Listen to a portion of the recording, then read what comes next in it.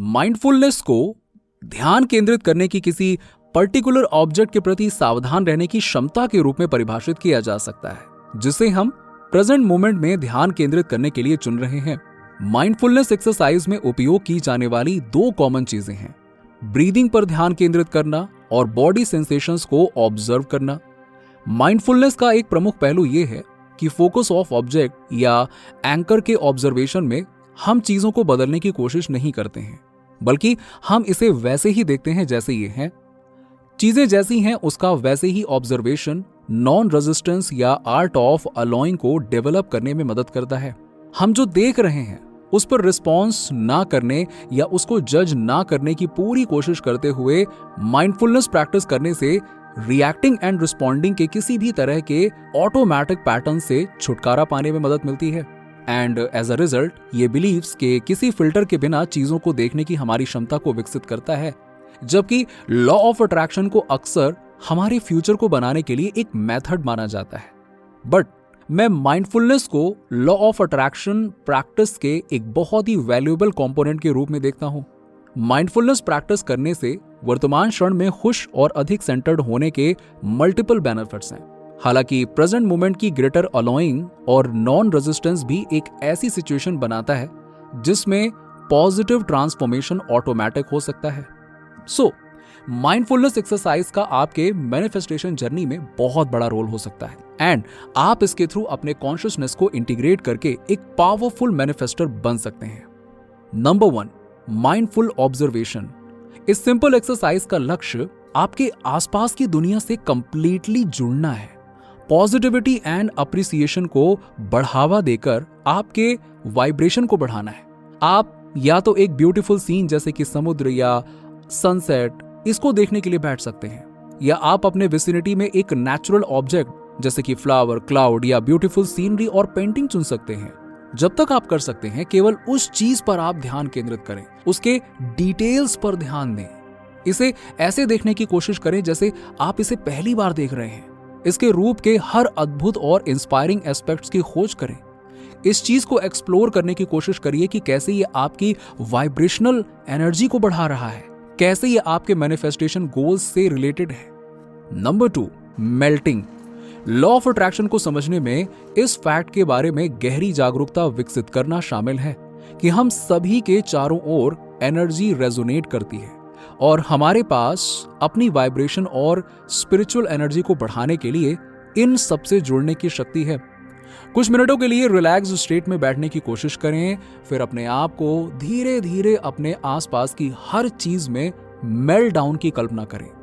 समय के साथ इस अभ्यास को करने से आपको अपने एनवायरनमेंट के साथ एक होने का एहसास भी हो सकता है। सभी एनर्जीज का इंटरकनेक्शन आपको अधिक से अधिक समझने में आने लग सकता है। Number 3, releasing attachment. हम उन चीजों से जुड़ जाते हैं जिन्हें हम अच्छा कहते हैं क्योंकि हम उनमें से अधिक चाहते हैं। यदि हम एक सर्टेन गोल को पाना चाहते हैं तो ऐसा इसलिए होता है क्योंकि हम मानते हैं कि गोल अचीव करने का परिणाम किसी न किसी तरह से अच्छा होगा। ये लेबलिंग या हमारी इच्छाओं से लगाव दुख पैदा करता है। इसके बजाय ये टीचिंग्स नॉन अटैचमेंट्स को बढ़ावा देती हैं, जिसका मतलब ये नहीं है कि आप डिजायर करना बंद कर दें। इसका मतलब है कि अब आप आउटकम से जुड़े नहीं हैं। फॉर एग्जाम्पल, हो सकता है कि आप किसी के साथ में परफेक्ट रिलेशनशिप बनाने के लिए बेचैन हो। यदि आप आउटकम से जुड़े हुए हैं तो आप तब तक सफरर हैं जब तक आप उस व्यक्ति के साथ उस प्रकार का संबंध स्थापित नहीं कर लेते हैं जिसे आप चाहते हैं। यदि आप उस व्यक्ति के साथ एक परफेक्ट रिलेशनशिप नहीं बना पाते हैं तो 100% आप बहुत परेशान होंगे। बट यदि आप नॉन अटैचमेंट प्रैक्टिस करते हैं तो आप इस बात पर अधिक ध्यान केंद्रित करेंगे कि प्रेजेंट मोमेंट में क्या हो रहा है, बजाय इसके कि आप आउटकम के कितने करीब हैं। आप दूसरे व्यक्ति के साथ बीते हुए अच्छे समय के बारे में सोच रहे होंगे। आप देखेंगे कि इस प्रोसेस में आप स्वयं के साथ अपने रिलेशनशिप कैसे सुधारते हैं। यदि आप उस व्यक्ति के साथ एक आइडियल रिलेशनशिप क्रिएट कर लेते हैं तो ये आपके द्वारा एक्सपीरियंस किए जाने वाले वंडरफुल प्रेजेंट मोमेंट्स की कंटिन्यूएशन की तरह महसूस होगा। बिलीव मी, नॉन अटैचमेंट्स में बहुत कम कष्ट होता है। Number 4, empty bowl. अपने हाथों को अपने घुटनों पर रखकर हथेलियों यानी कि पाम्स को ऊपर की ओर खोलकर इस माइंडफुलनेस प्रैक्टिस की शुरुआत करें। स्लोली ब्रीथ करें और अपने सांस लेने और छोड़ने पर ध्यान देना शुरू करें। जैसे ही आप सांस लेते हैं उस एयर को फॉलो कर अपनी नोज, थ्रोट, लंग, हार्ट और नीचे बेली बटन तक ले आएं। जहां सांस रुकती है इसके साथ रुके।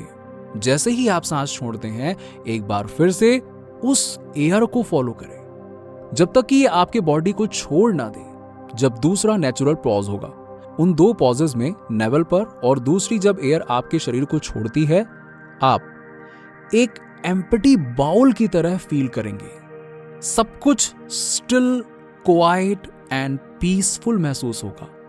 आप इस एक्सरसाइज को जितनी बार चाहें दोहरा सकते हैं। इससे आपको मोर सेंटर्ड एंड फोकस्ड होने में मदद मिलेगी।